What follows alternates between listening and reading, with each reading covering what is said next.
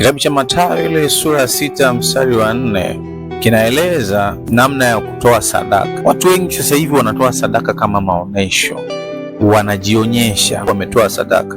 Kama unatoa sadaka kwa maonesho, mbele za Mungu ni bure. Biblia inasema kwamba utoapo sadaka yako, tena mkono wako wa kushoto usijue. Hao wanaotoa sadaka kwa maonyesho ndio watu ambao wanapendwa sana. Lakini mimi nataka nikwambie kwa habari ya sadaka ya siri. Sadaka hii ya siri utakayoitoa ndio sadaka ambayo Mungu ametoa maelekezo itolewe. Toa sadaka na Baba yako aonaye sirini.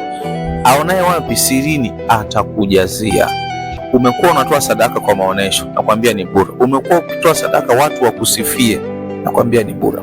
Ila toa sadaka kama vile ambavyo Mungu ameelekeza. Nina uhakika Ibrahim wakati anakwenda kumtoa Isaka, sidhani kama alimwambia Sara kwamba anaenda kumtoa Isaka, lakini alimwambia kwa habari ya kwenda kufanya ibada. Isaka mwenyewe ambaye anaenda kutolewa sadaka hakujua kwamba kama yeye ndiyo sadaka. Ibrahimu hakumwambia mwanaye kwamba yeye ndiye sadaka. Ibrahimu hakumwambia Sara. Ibrahimu hakumwambia Isaka ambaye ndiye sadaka. Ibrahimu hakuambia wafanyakazi wake, ila alikwenda kutoa sadaka ile kwa siri.